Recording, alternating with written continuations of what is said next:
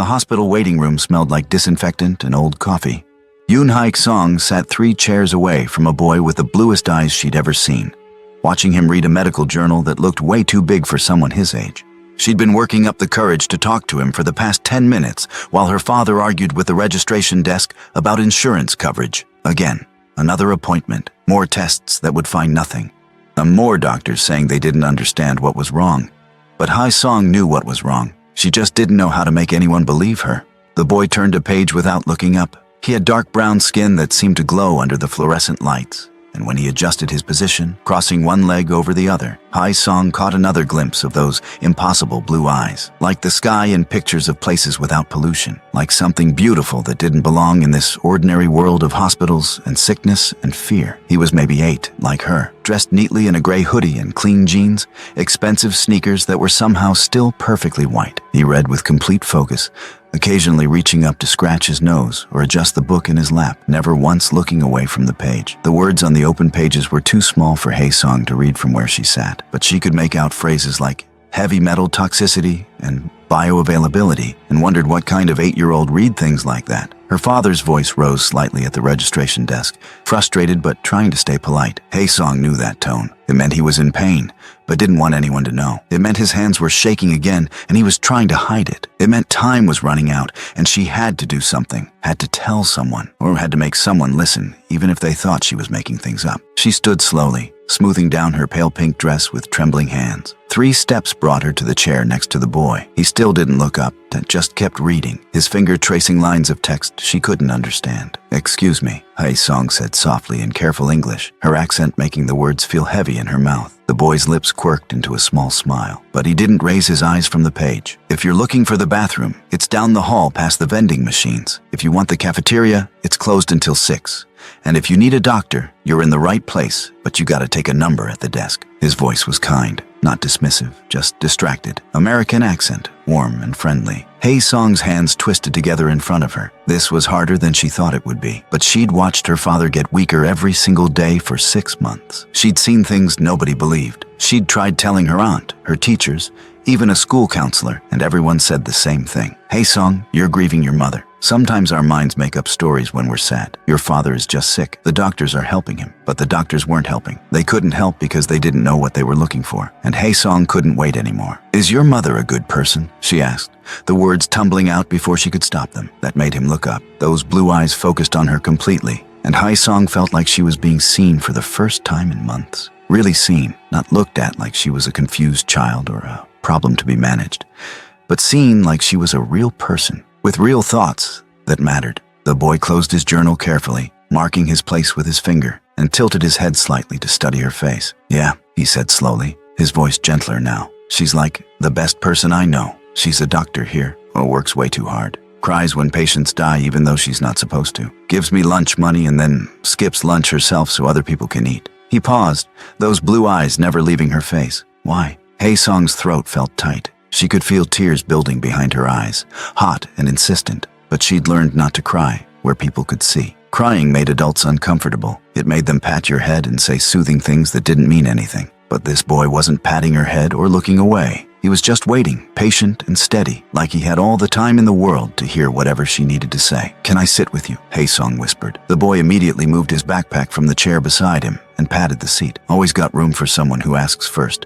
I'm Richard Hayes." "Yoon Hae-song." She sat carefully, arranging her skirt, her hands still trembling in her lap. For a long moment, neither of them spoke. Richard waited. He didn't push or demand or get impatient. He just sat there with his medical journal in his lap and those impossibly blue eyes, watching her with an expression that said he knew she had something important to tell him, and he was willing to wait as long as it took for her to find the words. Finally, Hae-song took a shaky breath. "Someone is killing my daddy." Richard didn't laugh, didn't roll his eyes, didn't tell her she was being dramatic. Instead, he carefully set his journal down on the empty chair on his other side and turned to face her more fully, giving her his complete attention. "Slowly or fast?" The question was so unexpected that Hae-song answered without thinking. "Slowly." "Then we have time," Richard said, his voice calm and steady like he was talking about homework instead of murder. When did it start? 6 months ago, when she moved in. She? Daddy's fiancée, Miss Seo-yeon. Hae-sung's voice dropped even lower, and barely above a whisper. She's very pretty. Everyone likes her. But I see things nobody else sees. Richard leaned forward slightly. What kind of things? She makes Daddy's coffee special, just for him. She wears gloves when she cooks his food, but nobody else's. And he always gets sicker after. Always. The words were coming faster now, tumbling over each other. His hair is falling out. His hands shake. He throws up all the time. The doctors do tests and tests and tests, but they never find anything wrong. But I know she's doing something to him. Have you told anyone? Hae-sung nodded miserably. My aunt said I'm making up stories because I miss my mommy. Mommy died 2 years ago in a car accident. The school counselor said I'm having trouble accepting Daddy's new relationship. My teacher said maybe I should talk to someone about my imagination. She looked up at Richard, tears finally spilling over.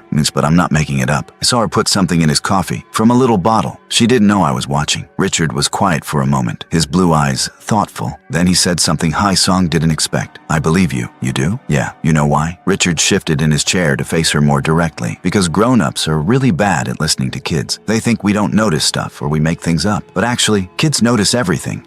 We see patterns. We pay attention. And you don't look like someone making up stories. You look scared. Really scared. Hae-sung felt something loosen in her chest. Someone believed her. Finally, after 6 months of being dismissed and patted on the head, and told she was confused, someone actually believed her. What does the stuff in the bottle look like? Richard asked. White powder, like sugar. But Daddy's coffee already has sugar in it. Does she put it in anything else? His food sometimes. When she thinks nobody's watching, but she's very careful, very sneaky. Richard pulled out a phone from his hoodie pocket and opened the Notes app. Okay, tell me everything. When did your dad's symptoms start? Like, exactly when? April 15th. That's when Miss Seo-yeon moved into our house. Daddy said she was going to help take care of things because he was so busy with his work. He's a scientist. And he works on medicine things. What kind of medicine things? Making cancer treatment cheaper. He says the big companies charge too much money and people die because they can't afford help. He wants to fix that. Richard's fingers paused over his phone screen. Wait, your dad is trying to make cancer treatment affordable? Yes. He's very smart. Everyone says so. And 6 months ago, this woman moved in. And now he's mysteriously sick, and doctors can't figure out why. Richard's voice had changed slightly. Still calm, but with an edge of something sharp underneath. That's really suspicious, Hae-sung. You think so? Yeah, I think so. What are his symptoms? Like, specifically? Hae-sung counted them off on her fingers. His hair falls out in the shower. I see it in the drain. His hands shake when he tries to hold chopsticks. He throws up after breakfast almost every day. He can't walk very well anymore. Sometimes his legs just stop working right, and he's so tired all the time. He used to play with me after work, but now he just sleeps. Richard typed rapidly on his phone. Does he have any skin problems? Like rashes or anything? His feet hurt. He says it feels like needles. More typing. What about his stomach? I know you said he throws up, but does he have pain? Yes, all the time. Richard was quiet for a long moment, staring at his phone screen. And then he looked up at Hae-sung with an expression she couldn't quite read. I think I might know what's wrong with your dad, but I need to check something first. Can you do me a favor? What favor? Does your dad have a hairbrush? Yes. Can you bring it to me tomorrow? I'll be here. My mom works second shift on Thursdays, so I have to wait for her until like 9 o'clock. Why do you need his hairbrush? Richard hesitated, then seemed to make a decision. Because I think someone is poisoning your dad with something called thallium. It's a heavy metal, really toxic, and it causes exactly the symptoms you just described. Hair loss, shaking, vomiting, neuropathy. That's the needle feeling in his feet. Everything. But here's the thing. It doesn't show up on regular blood tests. Doctors have to specifically test for it. And if nobody thinks to look for it, then they'll never find it. Hae-sung's eyes went wide. How do you know this? Richard held up his medical journal. I read a lot, and I remembered seeing something about this in here a few weeks ago. I didn't think I'd ever actually need to know about it, but he shrugged. Anyway, if we can get your dad's hair tested for heavy metals, we can prove he's being poisoned. Then people will have to believe you. But how do we test it? I know a lab tech here. She's nice. She thinks I'm cute because of the blue eyes. Richard rolled those eyes dramatically. I can probably convince her to run a test if I tell her it's for my mom. She won't ask too many questions. You would do that? For me? But you don't even know me. Richard's expression softened. Look, Hae-sung, I don't remember my dad very well. He died when I was 4. Brain aneurysm. 1 minute he was making pancakes, the next minute he was gone. And the doctors said there was nothing anyone could have done. His voice got quieter. But your dad? Your dad we can help. If someone's poisoning him and we prove it, we can stop them. We can save him. And I'm not gonna just sit here and do nothing when I could help. That's not who I am. Hae-sung felt more tears coming, but these were different. Not sad tears, hopeful tears. Thank you, Richard. Don't thank me yet. We haven't done anything. Just bring me that hairbrush tomorrow, okay? Yeah, and Hae-sung? He reached out and squeezed her hand gently. You're really brave. You asked for help when you needed it. That's the smartest thing you could have done. Before Hae-sung could respond, her father appeared beside them, looking exhausted. Dr. Kang Min-jae was still handsome despite being sick, tall and elegant with long dark hair that fell over his right eye. But Hae-sung could see how much weight he'd lost, how his shoulders hunched slightly like standing up straight took too much effort, how his hand trembled as he reached out to touch her shoulder. "Hae-sung, we need to go," he said in Korean, his voice gentle but strained. "The doctor wants to schedule more tests for next week." "Yes, Daddy." Hae-sung stood quickly, then turned back to Richard. "Tomorrow?" she asked in English. "Tomorrow," Richard confirmed. "Same time, same place. I'll be here." As Hae-sung followed her father toward the elevator, she looked back once. Richard had already returned to his medical journal, but he glanced up and gave her a small wave and a reassuring smile. Those blue eyes seemed to say, "Don't worry, we've got this." And for the first time in 6 months, Hae-sung felt like maybe everything might be okay. The next day, Hae-sung arrived at the hospital at 8:30, clutching her father's hairbrush in a plastic bag. Richard was already there, sitting in the same chair, reading a different book this time. When he saw her, he tucked the book into his backpack and stood up. "You got it?" Hae-sung handed him the bag. "Will this work?" "Should. If there's thallium in his system, it'll show up in his hair. That's how heavy metal poisoning works. It gets into everything. Hair, nails, bones." Richard examined the hairbrush through the plastic. "Perfect. Okay, wait here. I'll be back in like 20 minutes. Where are you going?" "To charm a lab tech." Richard grinned. "Wish me luck." He disappeared down a corridor marked "Staff Only," moving with confident purpose like he belonged there. Hae-sung sat down to wait, her heart pounding. What if this didn't work? What if the test came back negative and Richard stopped believing her too? What if she really was just a confused little girl making up stories? 25 minutes later, Richard returned with a slip of paper in his hand and an expression on his face that made Hae-sung's stomach drop. What is it?" Richard sat down beside her and showed her the paper. It was covered in numbers and words Hae-sung didn't understand. But at the bottom, 2 words were circled in red pen: elevated thallium. "You were right," Richard said quietly. "Someone is definitely poisoning your dad." Hae-sung's hands flew to her mouth. "I was right. And I was right, and nobody believed me, and he could have died, and—" Hey, Richard grabbed her shoulders gently. "Breathe, okay? Just breathe. We found it. That's the important part. Now we can stop it." "How?" "We tell my mom." "But what if she doesn't believe us either?" Richard's blue eyes were steady and certain. "She will, because I'm going to make sure she does." That night, Richard sat at his kitchen table doing homework, while his mother, Dr. Naomi Hayes, unpacked groceries. She was beautiful in the way that made people do double takes. Tall and graceful with long, curly hair pulled back in a professional bun, her dark skin glowing even when she was exhausted. She'd changed out of her hospital scrubs into comfortable clothes, but Richard could see how tired she was from the way her shoulders sagged slightly as she put milk in the refrigerator. "Mom?"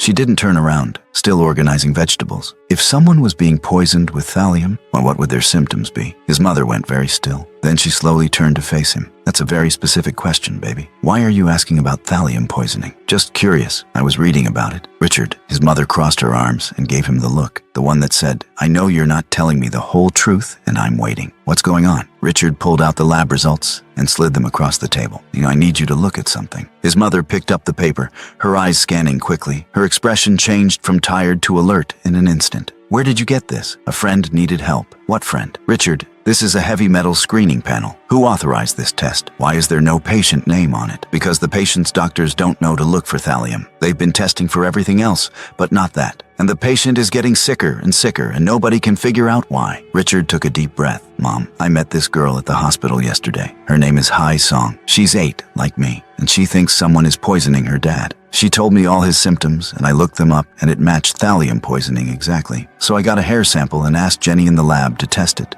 And look," he tapped the results. "She was right. Someone really is poisoning him." His mother sat down heavily in the chair across from him. "Richard, you can't just go around running unauthorized medical tests on people." "Mom, he's dying." Richard's voice cracked slightly. "His daughter came to me for help because nobody else would listen to her. All the adults told her she was making things up or being dramatic or whatever. But she wasn't. She was telling the truth. And if we don't do something, her dad is going to die." Naomi was quiet for a long moment, staring at the lab results. Finally, she looked up at her son with an expression Richard couldn't quite read. "Tell me everything, from the beginning." So Richard did. He told her about meeting Hae-sung in the waiting room, about her fears, about the symptoms she'd described, about the woman who'd moved in 6 months ago and made special coffee just for Hae-sung's father. He told her about Dr. Kang Min-jae's work trying to make cancer treatment affordable. He told her how Ha-sung had seen the woman putting white powder in her father's food. When he finished, his mother was quiet again, her fingers drumming on the table in that way she did when she was thinking through a medical puzzle. You said the father is Dr. Kang Min-jae? Yeah. Do you know him? I know of him. He's published some groundbreaking research on cellular regeneration. Very controversial because it would significantly reduce pharmaceutical profit margins. She picked up the lab results again. If someone wanted to stop his research, they'd stop him, Richard finished. Mom, we have to help. We do. But we need to be smart about this. If someone really is deliberately poisoning him, they're dangerous, and we need to make sure we protect both Dr. Kang and his daughter. Naomi reached across the table and took Richard's hand. I'm proud of you, baby. For listening to that little girl when nobody else would. For taking her seriously. For being brave enough to help. So, what do? First, I request a meeting with Dr. Kang. Professional courtesy, doctor to doctor. I'll say I've heard about his research and want to discuss it. That'll give me a legitimate reason to examine him and order proper tests. Second, we document everything. Every symptom, every timeline detail, everything Ha-sung has observed. Third, we be very, very careful. If someone is willing to commit murder, they won't hesitate to hurt people who get in their way. Richard felt a chill run down his spine. Do you think we're in danger? His mother's expression was serious. I think we need to be cautious, but I also think we're doing the right thing. Sometimes doing the right thing is scary, but we do it anyway. She squeezed his hand. Tomorrow, I'll reach out to Dr. Kang's office and request a consultation. In the meantime, you be careful around that girl's family, okay? No more investigating on your own. If there's something dangerous happening, you come to me first. Promise? Promise. Good. She pulled him into a hug, and Richard breathed in the familiar scent of her lavender lotion. I love you, sweetheart. Your father would be so proud of the person you're becoming. Before we continue, I've got to ask you something because I'm genuinely curious. Where are you watching this from right now?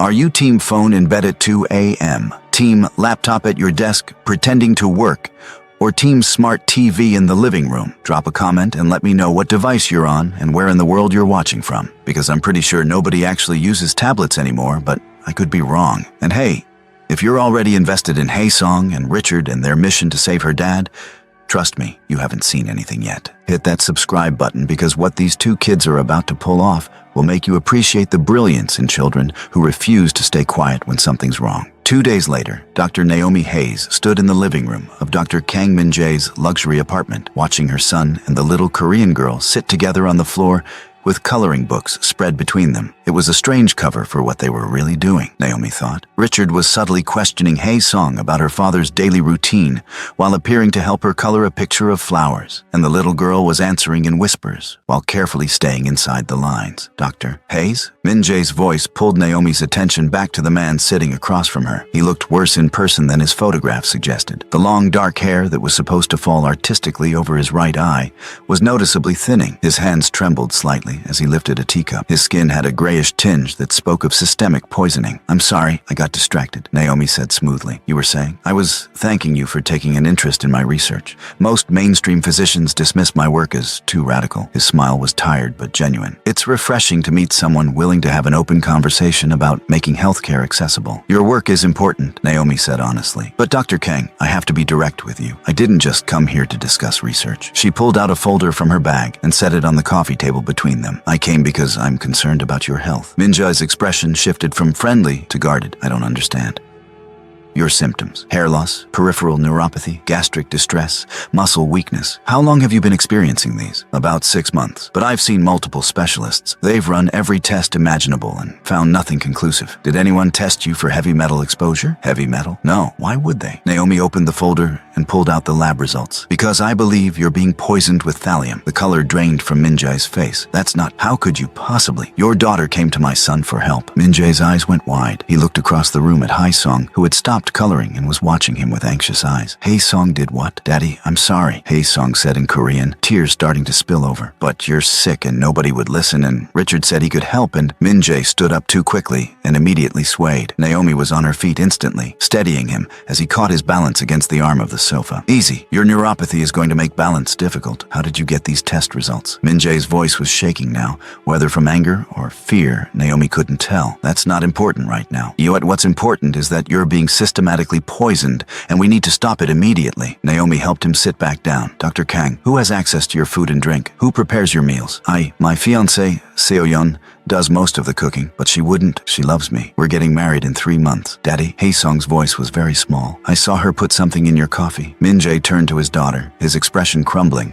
What? From a little bottle, white powder. I saw her lots of times. I tried to tell Aunt Mi-sun, but she said I was making up stories because I miss Mommy. Richard stood up and walked over to Min-jae, those blue eyes serious and steady. Sir, I know this is really hard to hear, but Hae-sung came to me because nobody else would believe her. And when she told me your symptoms, I looked them up and they matched thallium poisoning exactly. So we tested your hair and he pointed at the lab results. She was telling the truth. Min-jae stared at the papers in Naomi's hand like they were a bomb about to explode. Thallium poisoning. Someone has been poisoning me for 6 months. Yes, Naomi said gently. And if we don't start treatment immediately, the damage could become permanent. I need to get you to the hospital right now for proper chelation therapy. We'll use Prussian blue to bind the thallium and flush it from your system. But Seo-yeon, she couldn't. Why would she? I don't know, Naomi admitted. But we need to figure that out. In the meantime, you can't eat or drink anything she prepares. Nothing. Do you understand? Min-jae nodded numbly. Then he looked at his daughter, really looked at her, and seemed to see her for the first time in months. You tried to tell people. You tried to save me. I was scared nobody would believe me, Hae-sung whispered. But Richard believed me, and his mom believed him. And now you're going to be okay, right, Daddy? Min-jae opened his arms, and his daughter ran into them, both of them crying now. I'm so sorry, baby. I'm so sorry I didn't listen. Richard shifted awkwardly, clearly uncomfortable with the emotional scene. Naomi caught his eye and mouthed, we did good. And Richard gave her a small, proud smile. They did do good, but they weren't done yet. At the hospital 3 hours later, Min-jae was settled into a private room with an IV of Prussian blue running into his arm and strict orders that only Naomi or hospital staff were allowed to bring him food or drink. Richard and Hae-sung sat in plastic chairs outside the room, both exhausted but refusing to leave. Your mom is really nice, Hae-sung said quietly. Yeah, she's pretty awesome. Richard pulled out his phone and started scrolling through something. Hey, can I ask you something? What? Your dad's fiancée, Seo-yeon. What do you know about her? Hae-sung thought for a moment. She's very pretty. She worked at a gallery where Daddy saw some of his research displayed. They met there and started dating. That was about a year ago. And she moved in 6 months ago? Yes. Daddy said it was because he needed help managing the house, and I needed someone to take care of me since he worked so much. Richard's fingers flew across his phone screen. What's her full name? Park Seo-yeon. More typing. Then Richard went very still. Hae-sung, does your dad's research compete with any big pharmaceutical companies? He says lots of companies don't like his work because it would make their cancer medicines cost less money. Why? Because I just found Park Seo-yeon's LinkedIn profile. And guess where she worked before she met your dad? Richard showed Hae-sung the phone screen. Hanseong Pharmaceutical Company. She was in their special projects division for 3 years. Hae-sung's eyes went wide. That's one of the companies Daddy says hates his research the most. Exactly. Richard's voice had gone hard. She was a plant. They sent her to get close to your dad so she could stop his research. And the way to stop research is to stop the researcher. But how do we prove it? We watch her. We document everything. And then we make her think she's winning so she gets sloppy. Richard looked at Hae-sung seriously. Are you brave enough to go back home and act like nothing's changed? You want me to spy on her? No. I want you to be very careful and very safe. But if she asks about your dad, you tell her the doctors still don't know what's wrong. You don't let her know we figured it out. Can you do that? Hae-sung's hands trembled, but she nodded. I can be brave. For Daddy. That's my girl? Richard squeezed her hand. We're going to stop her, Songbird. I promise. Songbird? Yeah. You sang truth when everyone else was quiet. That's what songbirds do. They sing. Over the next 2 weeks, several things happened. Min-jae slowly improved with the chelation therapy, his hair starting to grow back,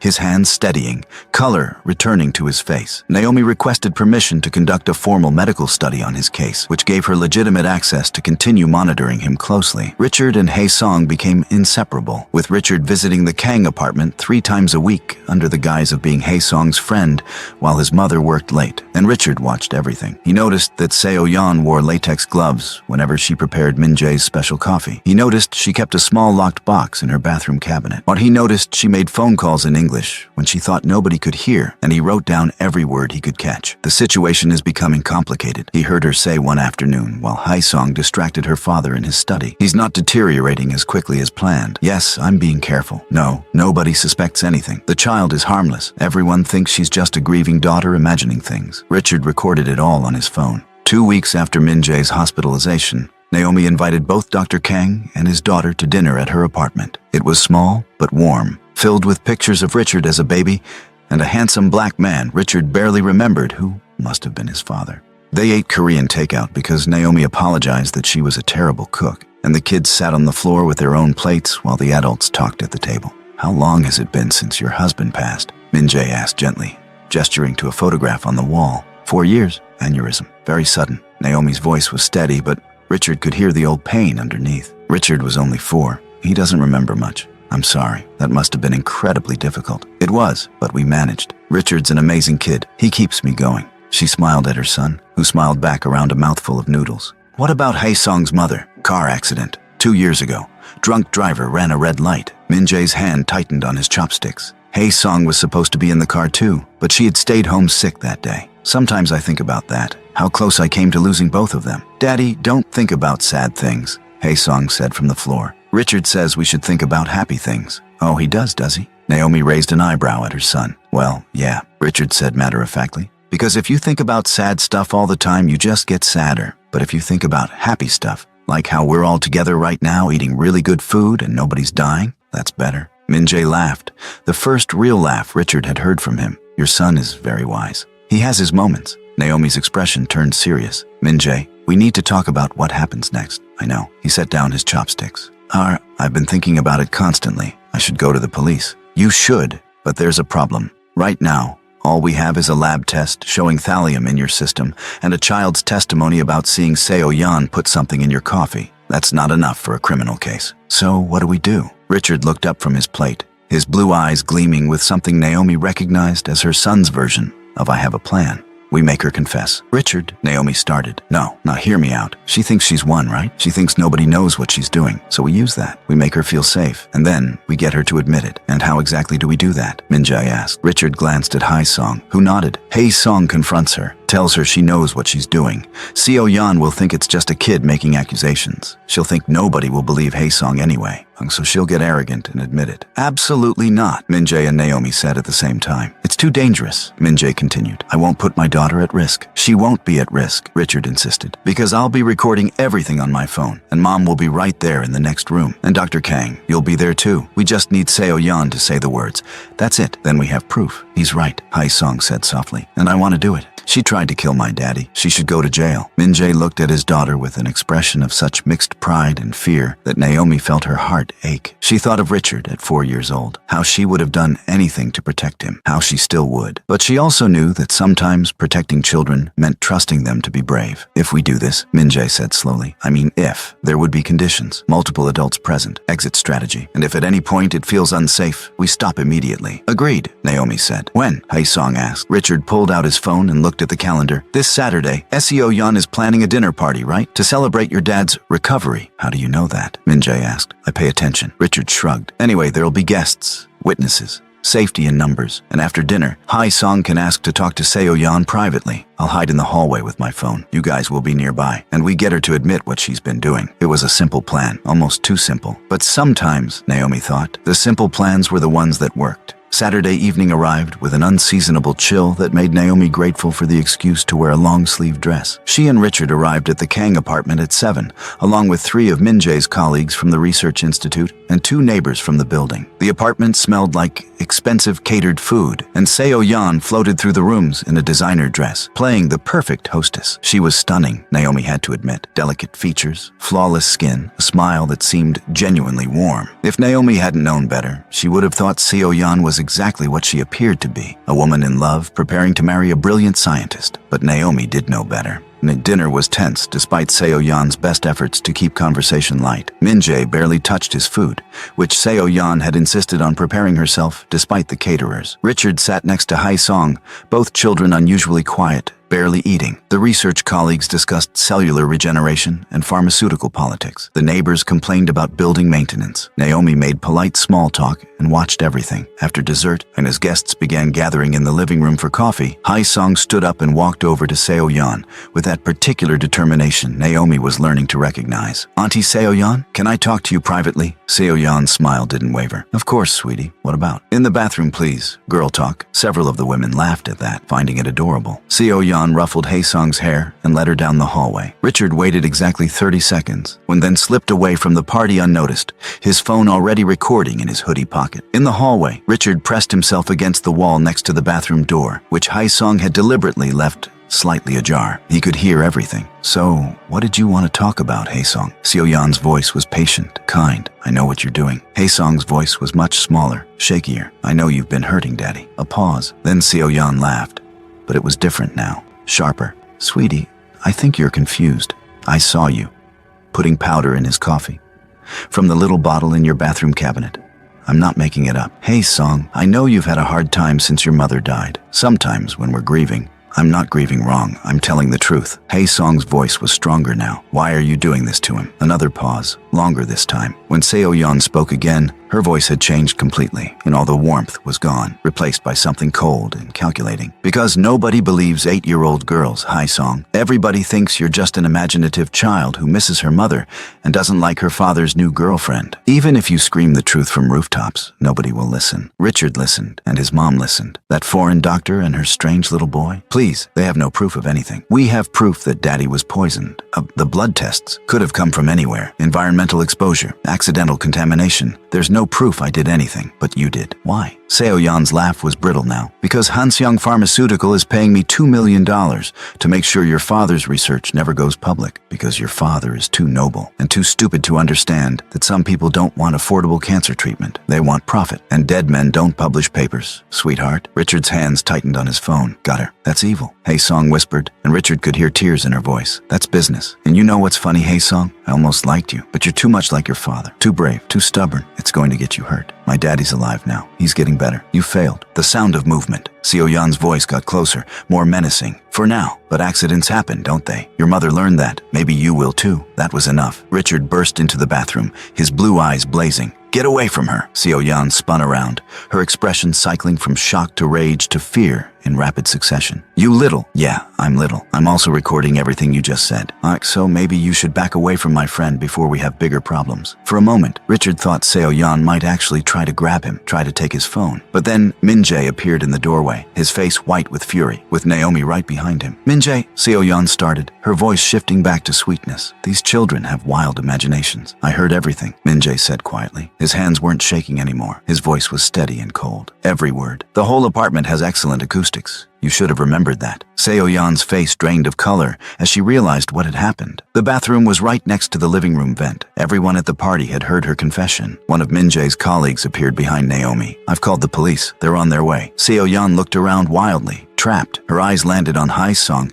and something vicious flashed across her face. You stupid little girl. But you ruined everything. No, Haesong said, her voice small but firm. You ruined everything because you tried to hurt my daddy, and my friend Richard stopped you. Richard held up his phone, the recording app still clearly visible. And just so we're clear, I've already sent copies of this recording to my mom's email, Dr. Kang's email, and my cloud drive. So even if you try to take my phone, it won't matter. You're 8 years old, Seo-yeon spat, as you have no idea what you've done. Actually, I think I do. Richard's voice was matter of fact. I saved someone's life. I helped my friend. I made sure a bad person faces consequences. That's pretty much everything I wanted to do today. Police sirens wailed in the distance, getting closer. Seo-yeon made one last desperate attempt to run, pushing past Min-jae into the hallway, but 2 of his research colleagues blocked her path. She stood there. When trapped in the hallway of the apartment, she'd tried to turn into a crime scene, while an 8-year-old girl and an 8-year-old boy watched her with matching expressions of quiet satisfaction. The police arrived 7 minutes later. Detective Kim, a weathered woman with kind eyes and a no-nonsense attitude, listened to the recording 3 times, while Seo-yeon sat on the sofa with her hands in her lap, refusing to speak without a lawyer. The detective also reviewed the medical evidence Naomi provided, the lab results showing thallium poisoning, and the timeline Richard had meticulously documented on his phone. This is incredibly thorough work, Detective Kim said to Richard, genuine respect in her voice, especially for someone your age. Thank you. I read a lot. I can see that. She turned to Min-jae. Dr. Kang, we'll need you to come down to the station tomorrow to give a formal statement. We're arresting Ms. Park on suspicion of attempted murder and conspiracy to commit murder. If her connection to Hanseong Pharmaceutical checks out, we may be looking at corporate conspiracy charges as well. Whatever you need, Min-jae said. He had his arm around Haesong,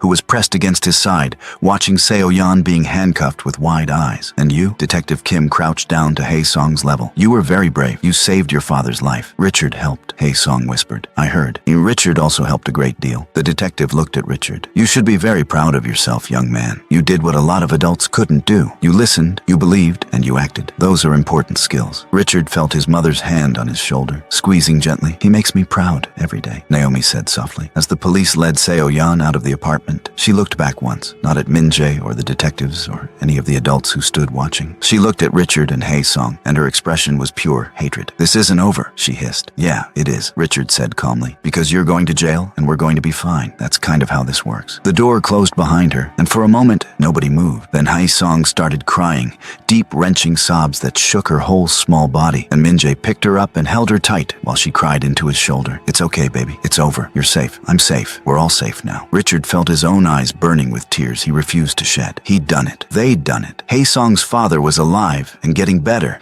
and the bad person was gone, and everything was going to be okay. His mother pulled him into a hug, and he let himself lean into her warmth. I'm proud of you, sweetheart, she whispered. So proud. I was scared, Richard admitted quietly. What if we hadn't figured it out in time? But you did. That's what matters. You saved a life, Richard. At 8 years old, you saved someone's life. That's extraordinary. The party guests slowly filtered out, offering their congratulations and support to Min-jae, several of them stopping to shake Richard's hand like he was an adult. By the time the apartment was empty, except for Min-jae, Hae-sung, Naomi, and Richard, it was nearly midnight. I don't know how to thank you, Min-jae said, looking at Naomi with an expression that made Richard think of the way princes looked at princesses in movies. You and Richard saved my life. You believed my daughter when nobody else would. You put yourselves at risk to help us. It's what doctors do, Naomi said softly. We help people. That's the job. It's more than that. Min-jae's voice was thick with emotion. You gave me my daughter back. She's been so scared and alone for months, and you gave her someone who believed her. You gave her hope. Richard did that. I just followed his lead. Min-jae looked at Richard with something like awe. You're an exceptional young man. Richard, thank you for believing in Hae-sung, for being her friend, for being brave enough to help when it was scary. Richard shrugged, suddenly uncomfortable with all the attention. She needed help, so I helped. That's just what you do. Not everyone does, Min-jae said quietly. Most people look the other way, decide it's not their problem, but you didn't. That says something important about who you are. 3 months later, on a Saturday afternoon that smelled like spring and new beginnings, Richard sat in Hae-sung's apartment with their homework spread across the coffee table. Min-jae was completely recovered now, his hair thick and dark again, his hands steady, his research progressing with 3 new papers published. Seo-yeon was in jail awaiting trial, and Hanseong Pharmaceutical was under investigation by multiple regulatory agencies, and Naomi and Min-jae were dating. It had started slowly, with coffee after medical consultations, then dinners while the kids did homework, then an actual date where they got dressed up and went to a nice restaurant and everything. Richard had never seen his mother smile so much. She laughed at Min-jae's terrible jokes and listened to his stories about research and talked to him about medicine and life and grief in ways that made her seem lighter somehow, like she'd been carrying something heavy for a long time and was finally allowed to set it down. They're being gross, Richard muttered, watching through the kitchen doorway as his mother and Hae-sung's father stood very close together, supposedly cleaning up lunch, but mostly just talking and smiling at each other. I think it's nice, Hae-sung said, not looking up from her math worksheet. Daddy is happy. Your mom is happy. That's good. Yeah, but do they have to be so obvious about it? Hae-sung giggled. You're just embarrassed. I'm not. You are. Your ears are turning red. Richard threw a pencil at her, which she dodged easily, both of them laughing. In the kitchen, the adults looked over and smiled at the sound. They're good together, Min-jae said to Naomi, watching the children. They really are. Naomi leaned against the counter, comfortable in a way she hadn't been in years. Min-jae, can I ask you something? Anything. Where do you see this going? Us, I mean. He turned to face her fully, his dark eyes serious. I see it going wherever you want it to go. I know we're taking things slowly because of the kids. I know you're still healing from losing your husband. I know I'm still processing the fact that someone tried to murder me. But Naomi, he reached out and took her hand gently. I haven't felt like this since before my wife died. You make me happy. You make me want to believe in second chances. Naomi felt tears prick her eyes. I want to believe in them too. Then we will. Together, one day at a time. In the living room, Richard looked up from his homework to find Hae-sung watching him with those serious dark eyes. What? He asked. Thank you, Rich, for everything. You already thanked me like 100 times. I know, but I mean it every time. She reached over and squeezed his hand. You're my best friend, forever. Richard squeezed back, his blue eyes warm. Forever, Songbird. That's a promise. And as the afternoon sun streamed through the windows of the apartment that had almost become a crime scene, but was now filled with homework and laughter, and the beginning of something that looked a lot like family, whilst Richard thought about promises, about how his mother had promised to always take care of him after his father died, and she had, about how he'd promised Hae-sung they would save her father, and they had, about how sometimes keeping promises was hard and scary and required you to be braver than you thought you could be, but it was worth it. Every single time, it was worth it. 6 months after that, Richard's phone rang just as he was getting ready for bed. It was Hae-sung, her voice urgent.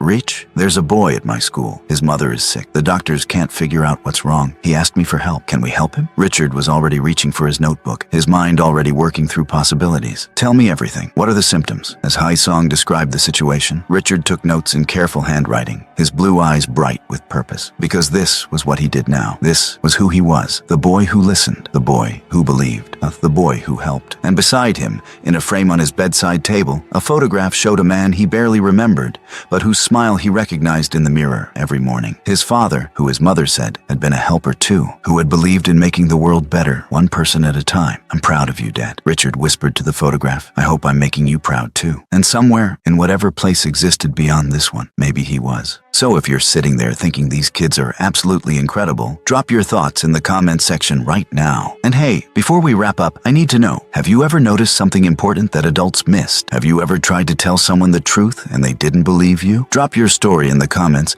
because I bet there are more Richards and Haisongs out there than we think. Hit that subscribe button if you believe in kids who refuse to stay quiet when something's wrong. And remember that sometimes the smallest voices ask the biggest questions. Share this story with someone who needs to remember that being brave doesn't mean not being scared. It means being scared and doing the right thing anyway. God bless you, and thank you for watching until the very end. You're amazing.